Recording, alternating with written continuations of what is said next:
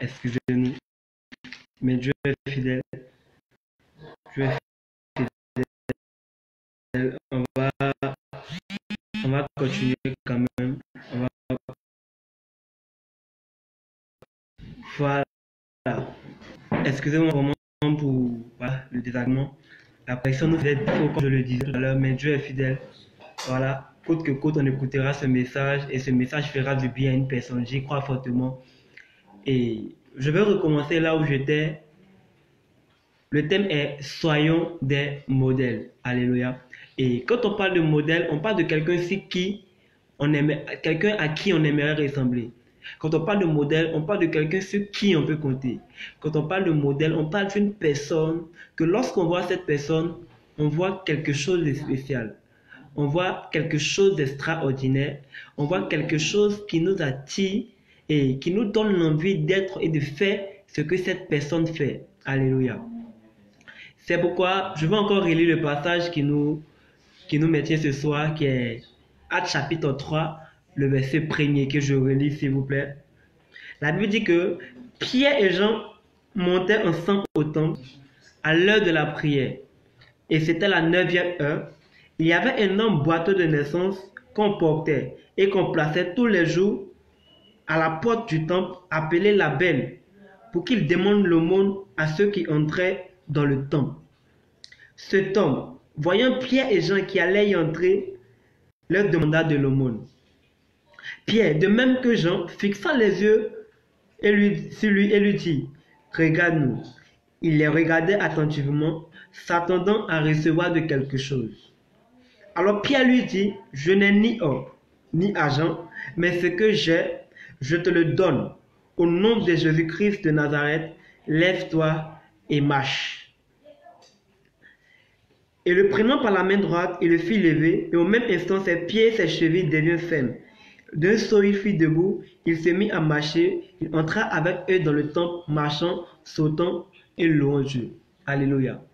Et cette partie de la Bible est une histoire que nous connaissons tous, qui raconte l'histoire du boiteux. Et la Bible mentionne ici que Pierre et Jean, qui étaient des disciples de Jésus, qui étaient des personnes qui avaient marché avec Jésus, étaient en train de se diriger vers un lieu. Et le lieu vers lequel ils se dirigeaient, c'était l'église, c'était dans le temple. Et voilà que la Bible maintenant va parler d'un homme qui était boiteux. Il avait un handicap, il n'arrivait pas à marcher. C'était un homme boiteux de naissance. Mais lorsque je lisais cette histoire, il y a quelque chose qui m'a beaucoup impressionné, qui a attiré mon attention. La Bible dit, il y avait un homme boiteux de naissance qu'on portait et qu'on plaçait tous les jours à la porte du temple, appelé la Belle, pour qu'il demande l'aumône à ceux qui entraient dans le temple. On voit ici que dans ce passage, dans le verset 2, que le boiteux était placé devant le temple, non pas parce qu'il voulait y entrer, non pas parce qu'il partait chercher la face de Dieu, non pas parce qu'il partait adorer Dieu, mais il avait un objectif, il avait un but précis, il avait quelque chose déjà en tête, c'était pour demander de l'aumône, c'était pour demander de l'argent. Mais je me suis posé la question à savoir, mais pourquoi est-ce qu'il n'est pas allé à un carrefour? Pourquoi il n'est pas allé dans un magasin? Pourquoi est-ce qu'il n'est pas allé à un autre endroit? Et il est allé précisément, on le dépose précisément devant la porte d'une église qu'on appelle la Belle. Et cet homme boiteux de naissance est semblable aujourd'hui à une catégorie de chrétiens. Plusieurs aujourd'hui qui vont à l'église mais qui ne sont pas eux-mêmes des églises. Plusieurs aujourd'hui qui vont à l'église pour aller prier mais qui ne sont pas eux-mêmes des églises. La Bible déclare que l'église est l'épouse de Christ et que ton corps est le temple du Saint-Esprit. Alléluia. La Bible déclare que notre corps est le temple du Saint-Esprit. Donc nous sommes l'épouse de Christ, nous sommes l'épouse de Jésus-Christ de Nazareth. Mais plusieurs chrétiens aujourd'hui vont à l'église, non pas pour chercher la face de Dieu. Plusieurs chrétiens aujourd'hui entrent dans la présence de Dieu, non pas pour chercher sa face, mais pour recevoir de quelque chose. Certaines personnes vont à l'église, non pas pour être sauvées demain, mais pour aller chercher le mariage. Ces personnes vont à l'église non pas pour être sauvées demain, mais pour aller chercher de l'argent. Ces personnes vont à l'église non pas pour sauver les âmes, mais ils ont un objectif précis. D'autres vont pour chercher des femmes, d'autres vont pour chercher des hommes, et ainsi de suite, chacun va avec un objectif précis. Bien-aimés, chrétiens que nous sommes, nous devons changer de mentalité. Ce temple boiteux était placé devant le temple, non pas parce qu'il partait adorer Dieu, non pas parce qu'il partait célébrer Dieu, non pas parce qu'il partait vraiment dans l'intimité de son Père, mais il avait un objectif précis, c'est celui d'aller demander de l'argent. Et plusieurs personnes aujourd'hui vont à l'église à cause de l'argent, à cause de leur entreprise, à cause des parents, à cause d'une quelconque personne. Mais on ne va pas pour rencontrer l'époux, on ne va pas pour rencontrer le maître, on ne va pas pour rencontrer celui-là qui peut réellement nous sauver. Dieu recherche une catégorie de personnes qui vont être des modèles. Paul pouvait dire à Timothée que personne ne méprise ta jeunesse, que personne ne doit mépriser ta jeunesse, parce que tu dois être un modèle en foi, en amour, en sagesse et en pureté. Pierre et Jean vont partir et ils vont rencontrer ce boiteux. Ce boiteux va les regarder s'attendant à recevoir de quelque chose. Mais Pierre et Jean, ayant quelque chose de supérieur, alléluia, la Bible déclare qu'ils s'attendaient à recevoir de quelque chose. Peut-être qu'ils s'attendaient à recevoir de l'or, peut-être qu'ils s'attendaient à recevoir de l'argent, peut-être qu'ils s'attendaient à recevoir un présent. Mais à sa grande surprise, ce qu'il a reçu était plus grand et au-dessus de ce qu'il imaginait. Parce qu'en réalité, notre Jésus est plus grand, notre Jésus est au-dessus de ce que l'on peut penser, au-dessus de ce que l'on peut imaginer. Et je ne sais pas, toi chrétien qui m'écoute, qu'est-ce que tu as de plus précieux pour donner à ton frère? Écoute, tu peux donner l'argent à une personne, tu peux donner tout ce que tu as à une personne, mais si tu ne lui donnes pas Dieu, tu ne lui as rien donné. Tu peux lui donner la connaissance, tu peux lui donner le savoir, l'éducation, tu peux tout donner. Mais si tu ne donnes pas la personne qu'on appelle Jésus, si tu ne partages pas la personne qu'on appelle Jésus, bien aimé, c'est que tu n'as rien donné à cette personne. Que sait-il un homme de gagner le monde s'il perdait son âme? Que te sait-il de gagner tout ce que tu as, toute la connaissance, la richesse, tout ce que tu as si tu perdais ton âme? En plus de la vie que nous avons ici, il y a une vie encore au-delà. Il y a une vie encore après la mort. Où passeras-tu ton éternité? Chrétien, Dieu veut des personnes qui vont être des modèles. On ne va pas à l'église pour aller faire concurrence. On ne va pas à l'église pour aller montrer qui est mieux habillé que qui. On ne va pas à l'église pour aller montrer notre nouvelle coiffure. On ne va pas à l'église pour aller montrer nos mascaras. On ne va pas à l'église pour aller montrer nos biceps. On ne va pas à l'église pour aller montrer nos beaux vêtements. Mais on va à l'église pour rencontrer l'époux. On entre dans la présence de Dieu pour rencontrer le maître. On entre dans la présence de Dieu pour rencontrer l'époux. Alléluia. Et c'est cette mentalité-là qu'en tant que chrétien, nous devons développer. Cette mentalité-là qu'en tant que des personnes qui marchons avec Dieu, cette mentalité-là que nous devons développer. Écoutez, Pierre a donné aux boiteux ce qu'ils avaient de plus précieux. Et toi, qu'est-ce que tu as de plus précieux? Qu'est-ce que tu as de plus précieux à donner à ce monde si ce n'est Christ qui est la lumière? Chrétien, il faut qu'on change de mentalité. Ce boiteux entrait, il était là devant le temple. Certainement, les personnes qui le voyaient peut-être vont dire que c'est un bon croyant parce qu'il est toujours devant le temple. Les gens qui vont passer vont dire waouh, c'est quelqu'un qui prie beaucoup parce qu'il était toujours devant le temple. Les gens qui vont passer vont l'applaudir, vont dire waouh, c'est celui-là, c'est vraiment un disciple de Jésus parce qu'il était toujours devant le temple. Et oui, parce que tu vas toujours à l'église, on t'appelle pasteur, on t'appelle maman pasteur, on t'appelle Marie, on t'appelle ceci, cela. Mais quelle est l'intimité réelle que tu as avec Dieu? Quel est le but précis de ta rencontre avec le Père? Quel est le but précis de ta présence à l'église? Quel est le but précis de ta présence dans le lieu où tu te trouves? Car ta présence dans un lieu ne détermine pas forcément ce que tu es. Alléluia. C'est pourquoi tu peux être à l'église mais ne pas pouvoir faire partie de l'église. Parce que tout dépend de la disposition et de ton état d'âme lorsque tu vas rencontrer le maître. Il ne s'agit pas d'aller rencontrer le maître, mais il s'agit d'aller rencontrer le maître avec un cœur bien disposé. Ce boiteux était devant le temple. Il avait trouvé une position stratégique. Pourquoi est-ce qu'il n'était pas au carrefour? Pourquoi est-ce qu'il n'était pas dans le coin et qu'il était vraiment devant le temple pour recevoir de l'argent? Parce qu'il a connaissance que les personnes qui entrent dans le temple sont censées manifester l'amour. Donc, s'ils sont censés manifester l'amour, c'est qu'ils peuvent avoir pitié d'un boiteux qui est assis devant un temple. Bien aimé, il faut qu'on change de mentalité. Ce n'est pas parce que Dieu parle de la compassion, de l'amour, qu'on va aller se cacher à l'église sans toutefois vraiment rechercher ce Dieu-là qui est capable de nous sauver. Il faille que nous changions cette mentalité. Si tu me suis, écris avec moi en commentaire, je t'aime Saint-Esprit. Quand je vois ça, cela me motive encore plus et le Saint-Esprit parle encore plus au travers de moi. Donc Dieu recherche une génération qui vont être des modèles. Dieu recherche des personnes qui vont se démarquer, des personnes qui vont vivre une vie extraordinaire. Dieu recherche des jeunes, des femmes, des enfants, des vieillards qui vont manifester sa gloire de manière palpable et réelle. C'est pourquoi Paul pouvait dire à son fils Timothée que personne ne méprise ta jeunesse. Écoute, que personne ne méprise ta jeunesse, que personne ne te pointe du doigt pour raconter quoi que ce soit de mauvais sur toi. Que personne ne méprise ta jeunesse, mais tu dois être un exemple en foi, en amour, en parole. Lorsque nous décidons de marcher avec Dieu, nous devons décider d'être des modèles. Parfois, nous menons notre vie chrétienne pensant que les autres ne nous voient pas. Non, c'est fou. Plusieurs personnes nous regardent et comptent sur nous pour pouvoir continuer l'œuvre. C'est pourquoi on ne doit pas être une occasion de chute pour les autres. Bien-aimés, soyons vraiment des modèles de Christ. Nous devons être des personnes qui vont imiter le Christ. Alléluia.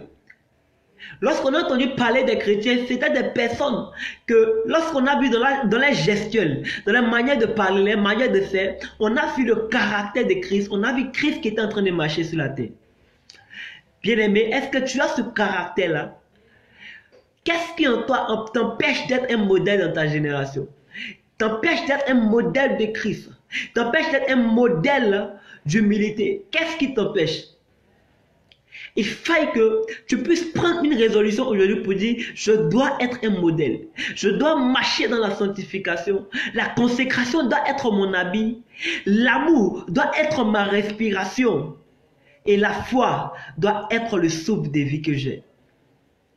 Oui, Dieu recherche des personnes qui vont être des modèles dans cette génération. Car Dieu ne parle pas de tout le monde, mais Dieu parle des personnes qui ont réussi à le toucher.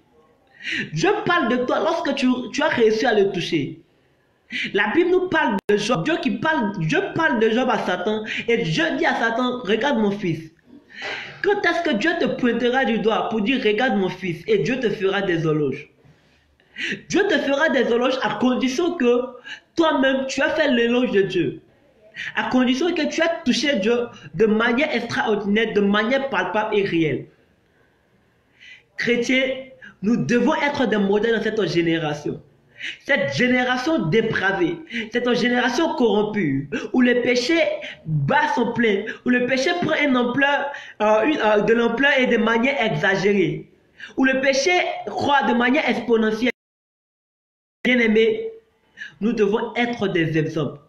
Comme je le disais dans mon message d'avant-hier, nous sommes des voyageurs sur cette terre. Et nous devons comprendre que nous appartenons à un autre royaume. Nous appartenons à un autre pays qui n'est pas sur la terre mais qui est céleste. Pourtant, ce qui est céleste, ce qui est spirituel domine sur le physique. Donc, nous ne devons pas nous laisser influencer par cette génération, par ce monde et par ce qui brille. Mais nous devons plutôt influencer cette génération et ce monde parce que nous avons la lumière de Christ en nous. Je prie que tu sois un modèle dans ta génération. Je prie et je déclare que Dieu fasse de toi un modèle au nom de Jésus-Christ de Nazareth. Lorsque nous lisons en Genèse chapitre 3, la Bible nous parle d'un serpent. Et la Bible dit que le diable qui va venir par un serpent va venir tromper Ève. Il faut d'abord comprendre que le serpent est d'abord caractérisé par sa ruse. Le serpent est un animal qui est très malin. Dieu l'a créé. Dieu a créé tout le monde avec une certaine capacité. Quand on prend le lion est très fort. Quand on prend la fourmi, elle est sage. Quand on prend, je dirais, l'aigle, voilà, l'aigle, il a une vision développée. Donc chaque animal a été créé avec une caractéristique précise. Chaque animal a été créé avec quelque chose de particulier. Chaque être humain a été créé avec quelque chose de particulier. Le diable, lorsqu'il va regarder la ruse du serpent, le diable ne passe pas par le lion pour venir tromper Adam et Ève. Le diable ne passe pas par l'aigle, il ne passe pas par l'agneau, il ne passe pas par la fourmi, il ne passe pas par un autre animal que le serpent. On dira peut-être que le serpent est diabolique, mais non, le serpent a été créé par Dieu. Mais il faut comprendre quelque chose. C'est vrai, Dieu t'a donné l'intelligence que tu as, la sagesse que tu as, la forme que tu as, la beauté que tu as, le prestige que tu as, la gloire que tu as, ta manière de t'exprimer, tes beaux yeux que Dieu t'a donné, ton joli nez, ton joli visage, ta belle forme que Dieu t'a donnée. Bien-aimé, ne laisse pas le diable utiliser cela pour faire tomber certaines personnes. Ne laisse pas le diable utiliser le potentiel que Dieu t'a donné afin d'être une occasion de chute pour les autres. Car la Bible dit, le malheur viendra, mais malheur par celui par qui il viendra. Donc nous devons comprendre que le diable essaye d'utiliser ce que Dieu a mis en nous pour nous retourner contre Dieu et pour offenser Dieu. C'est pourquoi en tant que chrétien, en tant que des personnes qui sont rachetées, en tant que des personnes qui proviennent d'un lieu céleste, en tant que des personnes qui appartiennent à un autre pays, en tant que des personnes qui sommes citoyens d'un autre pays, nous devons comprendre cela et marcher de manière digne. C'est pourquoi dans Romains, il est écrit que ne nous conformons pas au siècle présent. Bien-aimé, ne te conforme pas à ce siècle présent. On te dira que si tu ne mens pas, tu ne peux pas vivre. On te dira que si tu ne voles pas, tu ne peux pas survivre. On te dira que si tu n'as pas 1000 gars, tu ne peux pas survivre. On te dira des choses que si tu ne t'habilles pas de manière dépravée, tu ne peux pas vivre. Écoutez, le monde a sa logique et Dieu a sa logique. Mais il faut comprendre que nous sommes nés pour imposer et pour marquer, pour influencer notre génération. Et celui qui ne veut pas dominer se fait dominer. Parce que nous sommes dans un combat où soit tu domines, ou soit tu es dominé. Donc celui qui refuse de dominer malgré son pouvoir se fait dominer. Donc si chrétiens que nous sommes, nous ne reconnaissons pas le pouvoir que Dieu a déposé en nous. Nous ne reconnaissons pas la grâce et le potentiel que Dieu a déposé en nous. Comment est-ce que nous pouvons impacter le monde? Le diable travaille de manière extraordinaire. Le diable ne fait que gagner du terrain. Le diable ne fait que développer certaines choses afin de pouvoir embobiner la jeunesse, afin de pouvoir tromper les personnes que nous sommes aujourd'hui, afin de fuir la sanctification, afin de fuir la consécration, afin de fuir certaines choses, afin de lui appartenir. Bien-aimés, ne lui donnons pas raison. Ne donnons pas raison au diable. Ne laissons pas le diable prendre le contrôle de nous. Ne laissons pas le diable faire sortir le vilain de nous. Ne laissons pas le diable avoir raison sur nous. Parce que nous sommes une créature merveilleuse de Dieu. Nous sommes une créature parfaite de Dieu. Et nous devons être transformés. C'est pourquoi on a besoin d'être des modèles. On a besoin de vraiment refléter la gloire de Dieu. La Bible dit que lorsque Dieu crée l'homme, Dieu dit: je te crée à mon image et à ma ressemblance. Donc Dieu crée l'homme à son image et à sa ressemblance. Écoute, je veux t'informer aujourd'hui que tu as le reflet de la gloire de Dieu. Je veux t'informer que tu as le miroir au travers duquel Dieu aimerait se regarder. Tu as ce miroir au travers duquel Dieu aimerait se revoir et sourire. Bien-aimé, tu as ce miroir au travers duquel Dieu aimerait se revoir et encore être en joie. Mais lorsque Dieu te voit et que Dieu voit une autre personne de sa personne qui n'est pas sa personne, Dieu est offensé. Lorsque Dieu te crée et que tu changes carrément de caractère et que tu t'associes au diable dans la dépravation, dans les choses vraiment abominables. Et oui, je le disais avant-hier, tout ce qui est anormal aujourd'hui est considéré comme normal. Et tout ce qui est normal est considéré comme anormal.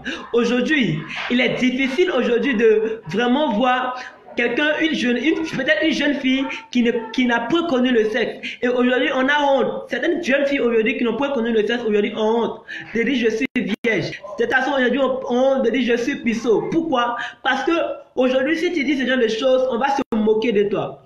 Si tu dis ce genre de choses, on va mal te juger, on va te pointer du doigt. Donc, cela crée une honte en nous et cela nous empêche de vraiment nous exprimer, nous développer. Chrétiens, n'aie pas peur de t'affirmer. Écoute, n'aie pas peur de montrer que tu appartiens à Christ. N'aie pas peur de montrer que tu appartiens à une génération qui est sainte. N'aie pas peur de montrer que tu appartiens à un pays là où les règles et les principes qui sont établis sont le respect, l'honnêteté, la sanctification et la consécration. Et aussi longtemps que tu n'auras pas cette mentalité, dans ta mentalité, tu te laisseras corrompre par cette génération. Tu te laisseras corrompre par le diable. Tu te laisseras corrompre par tout ce qui brille. Ce soir, je veux que tu changes de mentalité. Et que tu sois un modèle. Des personnes comptent sur toi, ta famille compte sur toi, une génération compte sur toi. Je veux t'annoncer que tu n'es pas né au hasard, tu n'es pas né pour accompagner les autres. Ta venue sur la terre n'a pas été le fruit d'un hasard. Écoute, avant qu'une entreprise ne lance un produit sur le marché, l'entreprise fait ce qu'on appelle une expérience. L'entreprise fait d'abord ce qu'on appelle l'analyse, afin de pouvoir voir le profit qu'ils pourront gagner. Écoute, tu es le produit de l'entreprise de Dieu, et avant que Dieu ne puisse t'envoyer sur la terre, Dieu a d'abord fait ce qu'on appelle une analyse. Dieu a d'abord vérifié et Dieu a vu que tu es cette personne-là qui va apporter du profit. Tu es cette personne-là qui va faire développer son entreprise. Et oui, tu es le produit de Dieu et Dieu t'envoie sur la terre afin que tu puisses développer son entreprise, afin que tu puisses développer son entreprise. Et tu n'es pas là par un hasard, tu n'es pas là du fruit d'un hasard, tu n'es pas là parce que tes parents t'ont voulu, tu n'es pas là parce que tes amis t'ont voulu, tu n'es pas là parce que papa t'a voulu, tu n'es pas là parce que maman t'a voulu, mais tu es là parce que Dieu l'a voulu, et tu es là parce que tu es le résultat de la volonté de Dieu. Tu n'es pas le résultat de la volonté de tes parents, non, tu es le résultat de la volonté de Dieu. Et je veux t'annoncer que tu es la réponse à la prière d'une génération. Donc Dieu t'envoie sur la terre afin de répondre à la prière d'une quantité de personnes, afin de répondre à la prière d'une catégorie de personnes. Mais pour pouvoir répondre à cette prière, tu as besoin d'être un modèle, mais pas n'importe quel modèle, mais un modèle digne, un modèle palpable, un modèle réel, un modèle de sanctification, un modèle d'amour, un modèle de pureté, un modèle de parole, un modèle de foi, un modèle d'honnêteté, de respect, un modèle de puissance. Alléluia. Et en tant que jeune, on doit vouloir expérimenter cela, on doit vouloir expérimenter et nous parfaire, parce que Christ en nous l'espérance de la gloire. Tu as besoin d'être un modèle. Tu as besoin de changer de mentalité. Je ne sais pas pourquoi est-ce que tu partais à l'église avant. Je ne sais pas pourquoi est-ce que tu partais à des programmes avant. Je ne sais pas pourquoi est-ce que tu as décidé de donner ta vie à Dieu. Mais comme ce boiteux, ne sois pas là pour recevoir de l'aumône. Ne sois pas là pour chercher le mariage. Ne sois pas là pour chercher tes intérêts. Ne sois pas là pour chercher du profit. Mais sois là pour rencontrer ton véritable ami. Écoute, aucune personne n'est morte pour toi à la croix. Aucune personne n'a donné sa vie pour toi à la croix. Aucune personne n'a décidé de mourir pour toi à la croix. Parce que même avant que tu ne naisses, une personne a décidé de payer le prix pour toi. Parce que cette personne savait que tu allais venir sur la terre et que tu allais vivre et que tu devais affronter des difficultés. Alors cette personne s'est donnée pour toi à la croix, et cette personne, c'est la personne de Jésus-Christ de Nazareth. C'est pourquoi Pierre et Jean n'ont pas donné de l'argent au boiteux, parce que donner de l'argent au boiteux serait limiter la personne de plus précieuse qui était en eux. Donner de l'argent au boiteux serait limiter la personne qui était plus précieuse en eux, parce que le boiteux s'attendait à recevoir de quelque chose, et pour pouvoir honorer le boiteux, il fallait lui donner quelque chose d'excellent. Et Pierre et Jean, ayant plus que de l'or, ayant plus que de l'argent, ayant plus que la connaissance, vont donner ce qu'ils avaient de plus précieux, qui était Jésus-Christ de Nazareth. Bien-aimé, qu'est-ce que tu donnes de plus précieux à tes frères, à tes amis?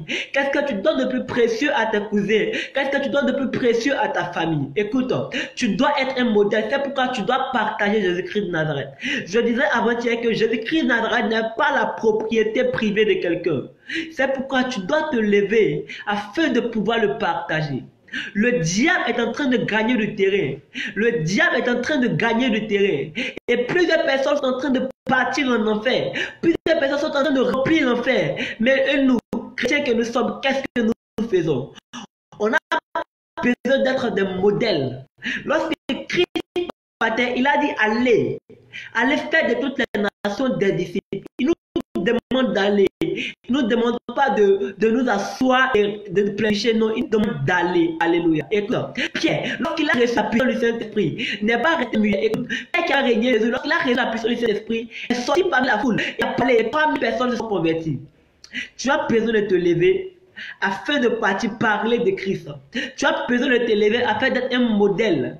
Tu as besoin de te lever afin d'être un véritable modèle dans cette génération. C'est pourquoi, bien-aimé, il ne sert à rien de pleurnicher, il ne sert à rien de te lamenter, mais il suffit de mener une vie de sacrifice, une vie de combat, parce que la vie est un combat, la vie est un challenge. Alléluia. nous devons être des modèles en foi. Que ta foi impacte ta génération. Que ta foi impacte ta génération. Que ta foi impacte ta génération. Des modèles en amour. Que ton amour pour Dieu impacte ta génération. J'ai l'habitude de dire à certaines personnes que peut-être que je ne sais pas parler de Dieu, mais mon amour pour Dieu parlera plus que mes mots. Pourquoi? Parce que quand on aime Dieu, on a une certaine attitude, on a une certaine manière de se comporter. Écoute, je veux te révéler quelque chose en ce soir. L'amour est la signification de quelque chose d'extraordinaire. L'amour comprend 5 lettres et le chiffre 5 est un chiffre qui représente la grâce. Et lorsqu'on aime une personne, on n'aime pas seulement dans la bouche, mais à travers les actes. Parce que l'amour n'est pas mesuré en fonction de notre je t'aime, mais l'amour est mesuré en fonction de l'action que nous posons. C'est bien de dire je t'aime, mais c'est encore mieux de pouvoir démontrer le je t'aime que tu dis. Il ne sert à rien de dire à Dieu je t'aime et de ne pas pouvoir respecter ses commandements. Il ne sert à rien de dire à Dieu je t'aime et de ne pas pouvoir être obéissant à sa parole. Bien aimé, quand on aime, il y a des choses qu'on fait. Quand on aime Dieu, il y a une manière de vivre. Parce que l'amour nous impose une certaine manière de vivre. L'amour nous impose des attitudes, des comportements. Alléluia. J'ai connu des personnes qui étaient amoureuses, qui ont changé totalement de vie, qui ont commencé à vivre une vie qui n'était plus la sienne, mais qui vivait pour la personne aimée. Écoute, quand on aime Dieu, on vit que pour lui. Et chaque lettre de l'amour a une signification précise. Quand on prend le A est synonyme de l'attention. C'est-à-dire quand on aime une personne, on est attentionné. Quand on aime une personne, on est attentionné. Quand on aime une personne, on a besoin, on a soin. Et on essaye de voir qu'est-ce que la personne veut. Qu'est-ce que la personne a besoin. Est-ce que la personne va bien. Et oui, quand on aime une personne, on est attentionné. L'attention qu'on a pour Dieu détermine si vraiment nous l'aimons. Oui, tu veux aimer Dieu, tu prétends aimer Dieu, mais tu n'es pas attentionné à Dieu. Tu n'es pas attentionné aux choses de Dieu. Bien aimé, le premier pas de l'amour, c'est d'abord l'attention. C'est d'abord l'attention. Tu dois d'abord être attentionné envers Dieu. Est-ce que quand tu te réveilles, tu te demandes qu'est-ce que Dieu veut aujourd'hui? Qu'est-ce que Dieu attend de toi? Qu'est-ce que Dieu veut que tu fasses aujourd'hui? Qu'est-ce que Dieu veut que tu puisses faire aujourd'hui? Alléluia. Après le A, nous avons le M. Le M est synonyme du mouvement. Quand on aime une personne, on se met en mouvement. Tu verras des hommes donner des cadeaux à des femmes sans que ces dernières aient demandé un cadeau, aient demandé un présent. Pourquoi? Parce que quand on aime, on se met en mouvement. Quand on aime, on se déplace. Quand on aime, on se sacrifie. Alléluia. Et quand on prétend aimer Dieu, on se met en mouvement pour Dieu. Il nous demande d'aller. Et toute personne, une personne qui n'aime pas Dieu ne peut pas aller. C'est pourquoi pour pouvoir aller, tu as besoin de l'amour de Dieu. Le M emporte le mouvement. Alléluia. C'est pourquoi tu as besoin de te mettre en mouvement. Tu as besoin de te mettre en mouvement pour réaliser les promesses de Dieu.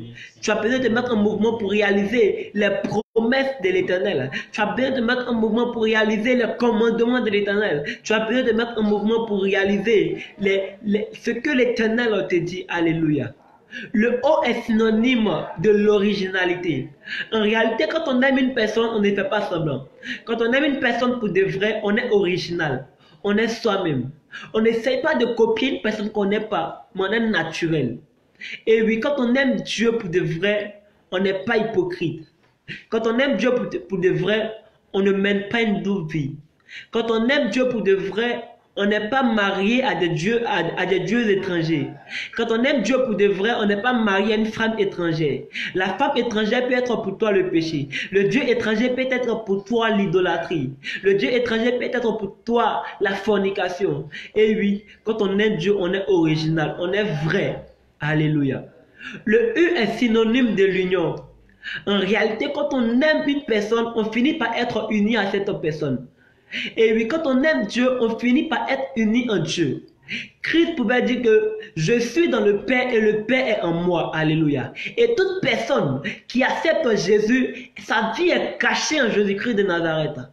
Et ta vie étant cachée en Jésus-Christ de Nazareth, Paul va aller pour dire Si je vis, ce n'est plus moi qui vis, mais c'est Christ qui vit en moi. Si je vis, ce n'est plus moi Freddy qui vit, mais c'est Christ qui vit en moi. Si je vis, ce n'est plus moi qui vis, mais c'est Christ qui vit en moi. Christ devient mes yeux, Christ devient ma bouche, Christ devient mes sens. Alléluia. Et quand on aime Dieu, on est uni à lui.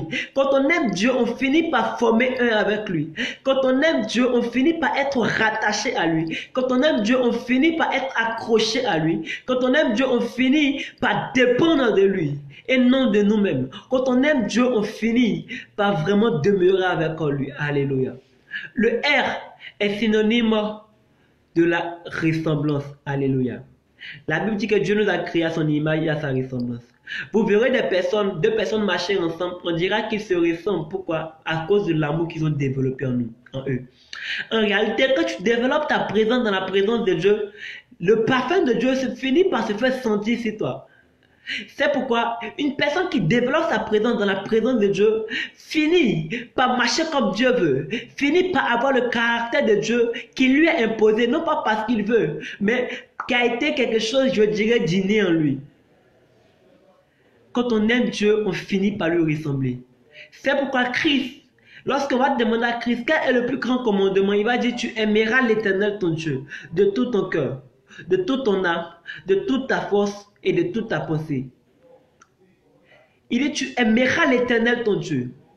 Malgré les 10 commandements, il dit le meilleur commandement c'est: tu aimeras l'Éternel ton Dieu. Et il dit le deuxième qui est second, ce n'est pas tu ne voleras pas, mais tu aimeras ton prochain. Pourquoi? Parce que dans l'amour, nous arrivons, lorsque nous aimons Dieu pour de vrai, on arrive à dépendre de lui et à obéir à Dieu.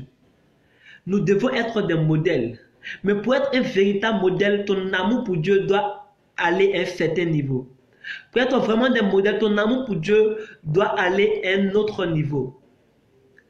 Or, c'est ça, je déclare que Dieu augmente ton réservoir d'amour. Je prophétise maintenant, toi qui m'écoutes, que Dieu augmente ton réservoir d'amour pour lui. Je déclare que ton réservoir d'amour pour lui augmente afin que son amour pour toi, ton amour pour lui déborde de manière extraordinaire au nom de Jésus-Christ de Nazareth.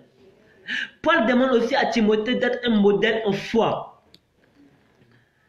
Hébreux 11 nous dit que la foi est une ferme assurance des choses qu'on espère, une démonstration de celles qu'on ne voit pas. Et moi je dis que la foi est comme l'eau pour le poisson. La foi est pour nous ce que l'eau est pour le poisson. En dehors de l'eau, le poisson n'a plus une vie. Et oui, en dehors de ta foi en Dieu, tu n'es plus un chrétien. Parce que accepte de perdre tout, mais n'accepte jamais de perdre ta foi. Accepte de perdre tout, mais n'accepte jamais de perdre ta foi en Dieu. Car sans la foi, nul ne peut être agréable à Dieu. Et Paul, sachant cela, dit à Timothée que tu dois être un modèle en parole, en foi. Bien aimé, nous devons être des modèles en foi. Nous devons croire en Dieu, peu importe les situations. Croire en Dieu, peu importe les difficultés. Croire en Dieu, peu importe les vents de marée. Alléluia. Croire en Dieu, peu importe ce qu'il arrive. Dans mon message d'avant-hier, je disais dans l'histoire de Pierre qui était dans la barque avec Jésus, qui était endormi. Malgré que la tempête avait commencé à s'agiter, malgré que l'eau touchait Jésus, Jésus était endormi, Jésus était silencieux. Alléluia. Sache que Dieu peut être silencieux dans ta vie pendant un temps. Dieu peut se taire pendant que tu traverses ta situation difficile. Tu as l'impression peut-être de prier mais de ne pas voir la réponse de Dieu. Dieu peut se taire. Dieu peut rester muet pendant un temps. Dieu peut rester muet pendant un temps, mais il n'est pas vraiment bobo. Alléluia. Dieu se lève au moment important. C'est pourquoi Dieu a besoin de ta foi afin de s'appuyer dessus pour démontrer sa gloire. Mais si Dieu ne trouve pas d'appui en toi, comment est-ce qu'il peut démontrer sa gloire au travers de toi? Dieu a ce désir de sauver tout le monde. Par sa puissance, il peut le faire. Mais Dieu obéit aux règles que lui-même s'est prescrites. Bien-aimés, nous devons être des modèles aussi dans la foi. Des modèles dans la foi. On nous parle des personnes, des héros de la foi dans la Bible. On parle des personnes qui ont cru de manière extraordinaire. On parle d'Abraham qui est le père de la foi. Nous devons croire, peu importe ce qui nous arrive, que Dieu est fidèle. Que Dieu ne nous abandonnera jamais. que Dieu ne nous délaissera jamais. Même si tout est noir, même si tout est sombre, même si tout est difficile, Dieu, il est fidèle. En vérité, la sécurité, ce n'est pas l'absence de danger. Être en sécurité, ce n'est pas parce qu'il n'y a pas de danger. Mais la sécurité, c'est lorsque Dieu est présent dans le danger dans lequel tu vis. La mer peut s'agiter, mais lorsque Dieu est dans ta barque, tu ne crains rien. La mer peut se lever, mais lorsque Dieu est dans ta barque, tu ne crains rien. David dit, quand je marche dans la vallée de l'ombre de la mort, je ne crains aucun mal, car tu es avec moi. Il trouve sa sécurité lorsque Dieu est avec lui dans les difficultés. Et oui, c'est la véritable définition de la sécurité. Lorsque Dieu est présent dans la situation dans laquelle nous vivons. C'est pourquoi, bien aimé, en toute situation, en toute difficulté, en tout problème, croyons en Dieu. Croyons en Dieu et croyons que Dieu prépare quelque chose d'extraordinaire pour nous. Si Dieu a laissé son fils aller jusqu'à la croix, se faire frapper, se faire humilier, ce n'est pas nous que Dieu ne peut pas laisser pendant un temps dans les difficultés. Je veux que tu changes ta mentalité. Qu'aucun problème ne te sépare de Dieu. Qu'aucune difficulté ne te sépare de Dieu. Que tes problèmes ne soient pas un obstacle à ta relation avec Dieu. Écoute, pour une personne qui va aller au travail, si la pluie est un obstacle pour qu'elle puisse aller au travail, à chaque fois que la pluie va tomber, cette personne ne pourra jamais aller au travail. Mais le jour, cette personne décide de braver la pluie. Le jour, cette personne décide que malgré la pluie, j'irai au travail. Même quand la personne dort et qu'il pleut, la personne ne crie rien. Alléluia. Tu as besoin d'affronter le problème que tu vis.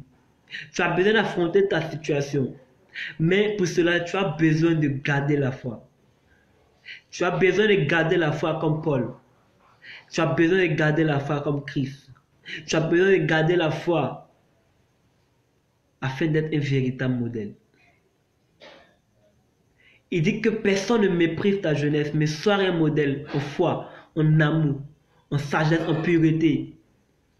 Nous devons être de véritables modèles. Dieu compte sur nous pour manifester son caractère. Dieu compte sur nous pour imposer à ce monde comment est-ce que nous vivons de là où nous sommes quittés. Dieu compte sur nous pour montrer à ce monde, et oui, que nous sommes ses fils. Car seul un fils de Dieu peut imposer la parole de Dieu, peut imposer le caractère de Dieu à son entourage. Car tous ceux qui sont conduits par l'Esprit sont fils de Dieu. Bien-aimé, il faut que tu sois un modèle. Ne sois pas comme ce boiteux qui était placé devant le temple. Non pas pour adorer Dieu. Non pas pour servir Dieu. Non pas pour louer Dieu. Non pas pour chercher la face de Dieu. Mais il avait un objectif précis. Il avait un but précis. Il avait quelque chose qui avait été déjà arrêté dans sa tête. Il avait quelque chose qui était déjà mentionné dans sa tête. Il était là, à cette position stratégique pour gagner de l'argent. Pour demander de l'argent. Pour commander de l'argent. Pourquoi est-ce que tu vas à l'église? Pourquoi est-ce que tu as décidé de vraiment marcher avec Dieu? Pourquoi est-ce que tu as décidé de donner ta vie à Dieu? Pourquoi? Pourquoi? J'aimerais que tu réfléchisses sur ces paroles. J'aimerais que tu puisses réfléchir sur ces paroles. Est-ce par effet des mots que tu as donné ta vie à Dieu? Est-ce parce que tes camarades se sont levés, ont dit Seigneur, je t'accepte, que toi aussi tu l'as fait? Quelle est ta motivation lorsque tu vas à l'école, à l'église plutôt? Quelles sont tes motivations? Peut-être que c'est le mariage. Bien aimé, tu peux avoir le mariage et rater le paradis. Tu peux avoir l'argent dont tu recherches et rater le paradis. Oui, je le disais, l'essentiel n'est pas le miel, l'essentiel c'est le ciel. Pourquoi est-ce que nous sommes à cet endroit précis? Pourquoi est-ce que nous sommes à ce lieu? Pourquoi est-ce que nous sommes dans cette église où nous sommes? Pourquoi est-ce que nous partons à des programmes de prière? Pourquoi est-ce que nous voulons vraiment marcher avec Dieu? Pourquoi? Quel est l'objectif qui est caché dans notre message séminaire? Quel est l'objectif qui est caché derrière ce que nous pensons, derrière ce que nous faisons? Quel est l'objectif? Quel est le but? Qu'est-ce qui est caché derrière ce que nous faisons? Le boiteux partait devant le temple, non pas pour aller chercher le Dieu d'Israël, non pas pour aller chercher le Dieu Tout-Puissant, non pas pour aller chercher l'alpha et l'oméga, non pas pour aller chercher le ressuscité, non pas pour aller chercher celui-là qui est mort pour lui à la croix, mais ceci était pour demander de l'argent. Et plusieurs sont à l'église, dans les lieux, sont avec Dieu pour seulement recevoir quelque chose de lui, pour ses bénédictions. C'est bien beau d'avoir les bénédictions de Dieu, mais où passeras-tu ton éternité? L'argent n'achètera pas une place pour toi au ciel. Ta beauté n'achètera pas une place pour toi au ciel. Ta belle forme n'achètera pas une place pour toi au ciel. Le bagage que tu as n'achètera pas une place pour toi au ciel. Mais une seule personne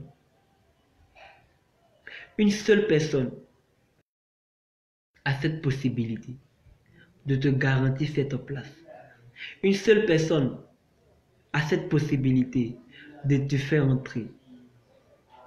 Le paradis obéit à un seul mot de passe.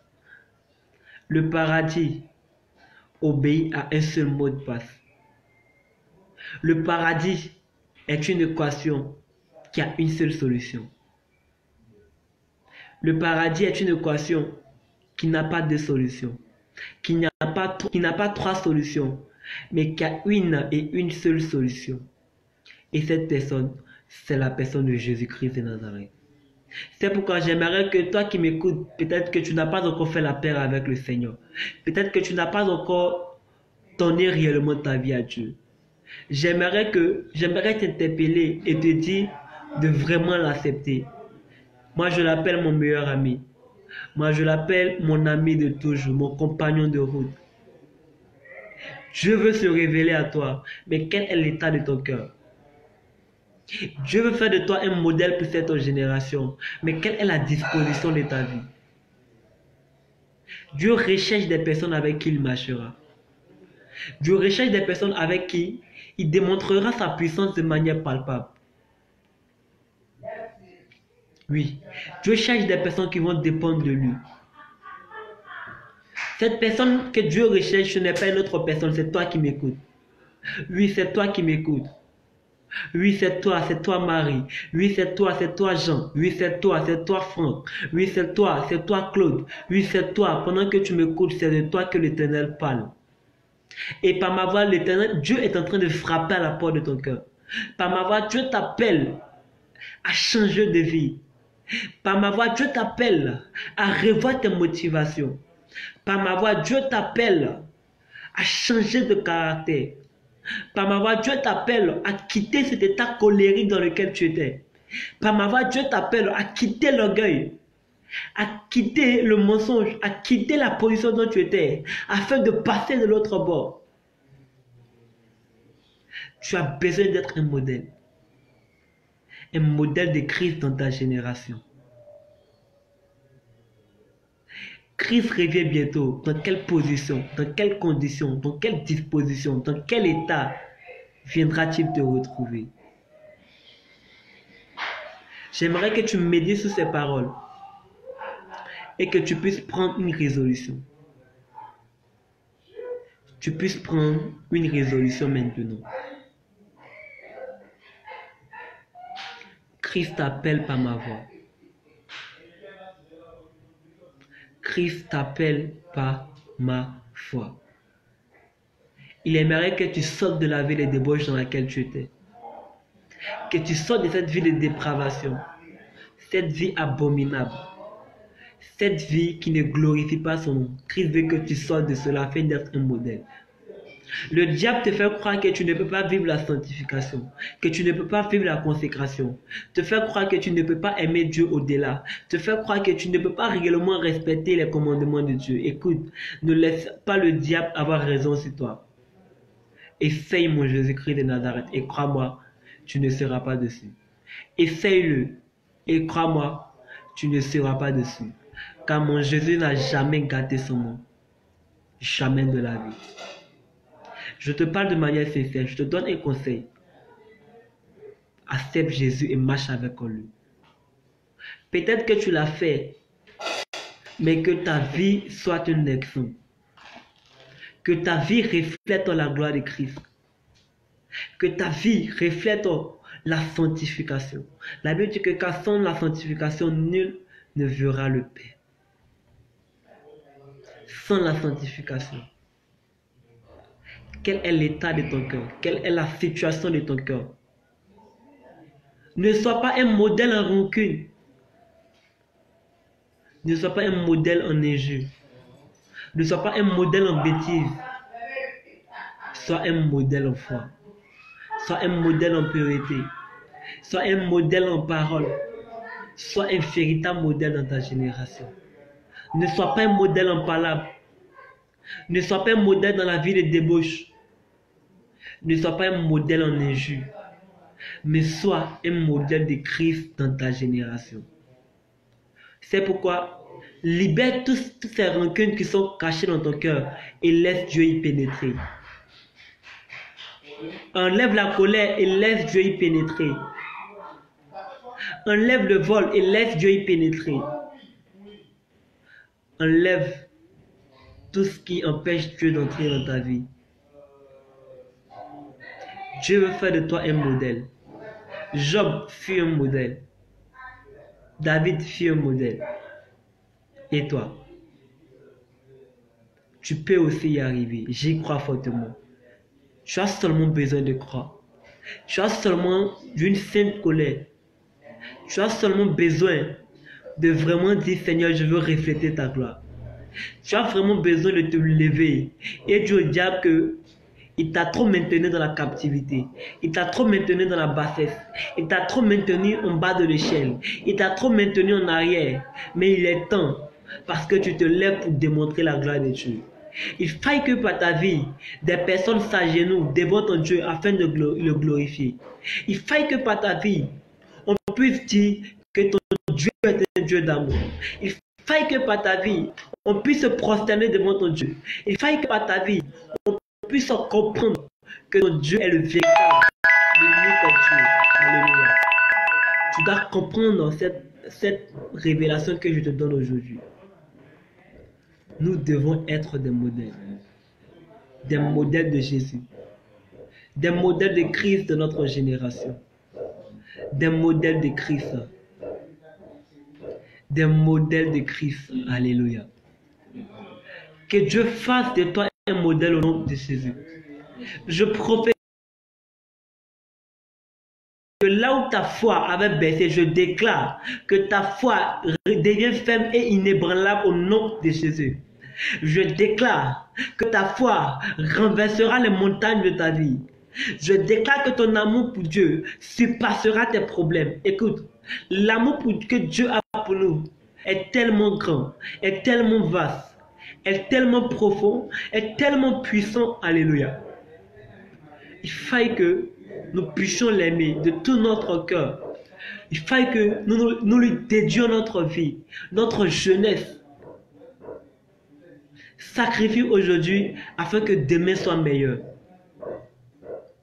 Car celui qui n'a pas appris à planter un arbre ne peut pas demain se reposer à l'ombre. Oui, la consécration, la sanctification est comme un arbre que tu es en train de planter. Pendant que tout le monde est en train d'être à l'ombre, toi tu te prives de certaines choses et tu es au soleil. La consécration, la sanctification, c'est comme si tu étais en train de faire grandir un arbre. Tu es en train de planter un arbre, tu es en train d'arroser un arbre qui est en train de grandir petit à petit, qui est en train de grandir petit à petit. Et bientôt, tu vas jouir de cela. Bientôt, tu vas jouir de son ombre. Bientôt, tu auras l'ombre pour te reposer. Mais pendant ce temps, continue à arroser. Continue à arroser. Continue à planter. Continue à vivre la sanctification. Continue à vivre la consécration. Parce que le travail n'est pas encore terminé. Le travail n'est pas encore terminé. Le travail n'est pas encore terminé. Il n'y a pas de récréation dans le spirituel. Il n'y a pas de vacances dans le spirituel. Il n'y a pas de congé. C'est pourquoi tu dois te donner à fond. Le moment viendra où tu te reposeras et tu diras que Dieu est fidèle. Mais pendant ce temps que tu es sur la terre, tu es en train d'arroser un arbre pour toi. Et tu es en train d'arroser que ton arbre est en train de grandir. Mais pour cela, tu dois vivre la sanctification. Vivre la consécration afin que demain, tu puisses avoir de l'ombre où te reposer. Afin d'être en paix. Je veux que tu sois un modèle. Christ veut que nous soyons des modèles. Moi, j'ai décidé d'être un modèle. Et toi? Je sais que par mes propres forces, je ne pourrai pas y arriver. Je sais que par ma propre connaissance, je ne peux pas y arriver. C'est pourquoi je m'appuie sur le roc des rocs. Je m'appuie sur l'Éternel des armées. Je m'appuie sur Jéhovah. Je m'appuie sur le ressuscité. Je m'appuie sur celui qui dit qu'il est. Je m'appuie sur celui qui s'appelle Jésus. Je m'appuie sur El Shaddai. Je m'appuie sur Elohim. Je m'appuie sur celui-là qui a la capacité de transformer toute une vie. Tu as besoin de t'appuyer sur Christ. Tu as besoin de t'appuyer sur Jésus-Christ de Nazareth. Si tu t'es découragé, je déclare que pendant que tu m'écoutes, que le Seigneur t'aide à vraiment vivre cette vie de sanctification. Peut-être qu'avant tu te donnais à fond. Peut-être qu'avant tu priais beaucoup. Peut-être qu'avant tu jeûnais beaucoup. Mais arrivé à certains moments, tu as rétrogradé. À cause d'un péché, tu as rétrogradé. Et tu es tombé. Et tu es tombé en bas de l'échelle. Écoute, le plus important n'est pas de tomber, mais c'est de pouvoir se relever et continuer. La vie chrétienne est semblable à une course dont la ligne d'arrivée s'appelle Jésus-Christ de Nazareth. Tu peux tomber, mais ne reste pas par terre. Lève-toi et continue la course. Tu peux chuter, c'est vrai, mais lève-toi et continue la course. Tu peux prendre un coup, c'est vrai, mais n'abandonne pas. Lève-toi et continue. C'est ça, je déclare que Dieu te donne la force afin de recommencer avec lui. Que Dieu recommence avec toi là où vous étiez arrêté. Que Dieu recommence avec toi là où vous étiez arrêté. Oh, je déclare que Dieu fasse de toi un modèle au nom de Jésus. Je déclare que lorsqu'on te verra, on verra Christ en train de marcher sur la terre. Je prophétise que lorsqu'on te verra, on glorifiera le nom de Dieu. Tu seras un modèle de prière. Tu seras un modèle de jeûne. Tu seras un modèle de foi. Tu seras un modèle d'enseignant. Tu seras un modèle de personnes qui démontrent la puissance de Dieu. Et oui, c'est de toi qu'il s'agit. Il ne s'agit pas de ton voisin. Il ne s'agit pas de ton frère. Il s'agit de toi qui m'écoutes. Dieu veut recommencer avec toi. Et oui, il est encore possible d'être un modèle. Il est encore possible d'être un modèle de Jésus-Christ. Il est encore possible d'être un véritable modèle. Je suis en train de terminer mon message. Soyons des modèles, de véritables modèles. Dieu nous a donné la capacité de crier. Soyons des modèles. Soyons des modèles. Soyons des modèles. Sois un modèle. Dans ta famille, sois un modèle. À l'école, sois un modèle. Sois un modèle. Non pas seulement dans un lieu, mais partout où tu iras.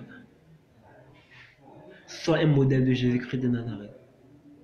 On doit reconnaître, ton entourage doit reconnaître que tu adores un véritable Dieu. Ton entourage doit reconnaître que tu adores un Dieu véritable. Que la grâce de l'Éternel soit ton partage. Revois tes motivations. Alors en résumé, Comme Paul le disait à Timothée, que personne ne méprise ta jeunesse. Que personne ne méprise ta jeunesse. Sois un modèle en foi, en amour, en pureté, en sagesse. Ne sois pas comme le boiteux. Ne va pas à l'église à cause du mariage.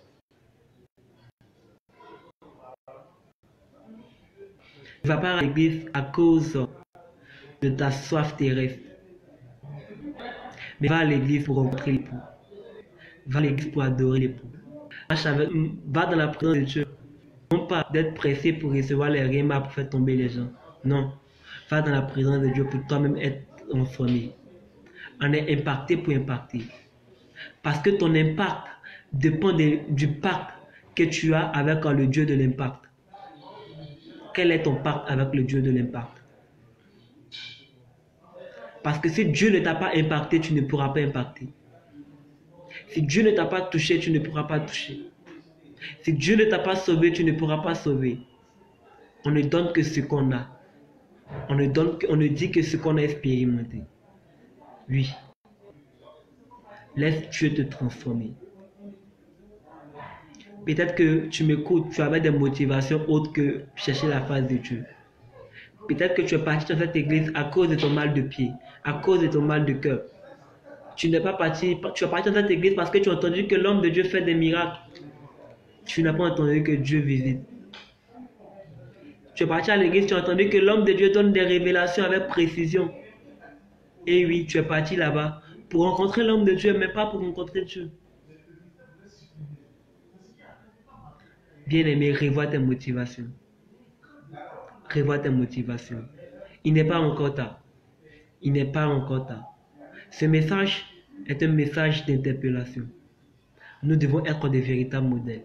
Partout où nous sommes, que ce soit à l'école, que ce soit dans un bus et autres, dans notre entourage, nous devons être de véritables modèles. Prenons l'amour, prenons la gloire de Christ, prenons la sanctification. Surtout n'oublions pas notre sanctification, notre consécration. Nous sommes en train d'arroser un arbre que bientôt nous allons jouir de son ombre. Alors ne baissons pas les bras, même si c'est dur, même si c'est compliqué, même si le monde nous oblige, même si le monde veut nous corrompre, même si le monde veut nous infliger certaines choses, même si le monde veut nous infliger des comportements, des choses. Bien-aimés, ne perdons pas la foi. Restons focalisés, restons fixés, restons focus. Restons focus. Ne restons pas distraits par les choses qui se passent à gauche et à droite. Ne nous laissons pas distraire par les futilités de la gauche. Pour ces personnes qui nous critiquent, pour ces personnes qui nous insultent, ne nous laissons pas distraire par ces futilités. Mais soyons fixés sur notre but. Le but n'est pas derrière. Le but n'est pas à gauche. Le but n'est pas à droite. Le but est toujours devant. L'objectif est toujours devant. C'est pourquoi, lève-toi, soulève la tête, aie la tête haute et continue à avancer. Même si c'est compliqué, lève la tête, regarde devant toi, car ton objectif se trouve. Et à chaque fois que tu auras les regards fixés sur l'objectif, tu verras que... Car lorsque tu oublies ton objectif, tu n'as plus de force. Parce que ta force dépend de ton objectif. Et oui, reste fidèle, reste fixé sur ton objectif. L'objectif, c'est le ciel. L'objectif, c'est d'être un adorateur de Jésus. L'objectif, c'est d'impacter ce monde de manière positive. L'objectif, c'est d'être dans la vérité. L'objectif, c'est être obéissant. L'objectif, c'est être amour. L'objectif, c'est pardonner. L'objectif, c'est avoir la foi. L'objectif, c'est... Et oui, l'objectif, c'est être des modèles dans cette génération. Que Dieu te bénisse abondamment. Je prie Seigneur, merci pour ta grâce, merci Seigneur pour quelqu'un qui m'a écouté. Je déclare que ta main puissante maintenant localise au nom de Jésus. Que si quelqu'un était déboussolé, si quelqu'un pleurait, si quelqu'un ne savait plus où mettre les pieds, je déclare que tu deviens son guide, tu deviens maintenant son repère au nom de Jésus-Christ. Je prophétise maintenant que tu nous aides, Seigneur, à être de véritables de notre génération. Que nous quittions dans le match vu, que nous quittions, Père éternel, dans l'aspect éternel, Dieu Tout-Puissant, Seigneur, dans de vaines gloires, mais que nous puissions réellement nous attacher à toi, afin de dépendre totalement de toi, Saint-Esprit. Merci pour ta grâce, merci pour ta bonté, que la gloire, l'honneur et la majesté te reviennent, au nom puissant de Jésus-Christ de Nazareth. Amen. Que le Seigneur vous bénisse. Rendez-vous encore demain à 16h30. Merci.